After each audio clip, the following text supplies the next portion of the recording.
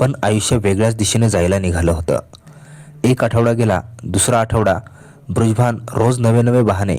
आज ग्रह खराब आहेत, मालतीवर संरक्षण आहे, आत्मा रागावला आहे. हरेराम वैतागला. एके दिवशी तो रागाने बृजभानच्या घरी गेला, पण त्याऐवजी त्याची पत्नी सावित्री भेटली. शांत सौम्य चेहरा, पण डोळ्यात लपलेलं एक अस्वस्थ सत्य. हरेराम ओरडला, तुम्ही सगळे मला फसवताय, पैसे परत द्या. सावित्री घाबरली. ती बृजभानच्या सगळ्या फसवणुकीची साथीदार असली तरी लोकांनी ओरडल्यावर तिचं मन अस्वस्थ व्हायचं. तिने घाईघाईने घरातील एक जुनी काजळाची डब्बी दिली. हेच ते काजळ आहे, घे आणि जा.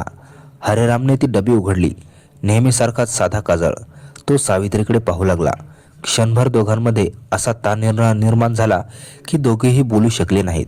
मग हरिरामने डोळ्यात थोडं काजळ लावलं आणि सावित्रीकडे पाहतच हळूच म्हणाला, तुम्ही म्हणालात ना, पहिली स्त्री माझ्यावर मोहित होईल, तर आता तुम्हालाच असर झाला पाहिजे. सावित्रीच्या चेहऱ्यावर भीती आली, कारण जर तिने मान्य केलं नाही तर तिचे खोटे उघडे पडणार.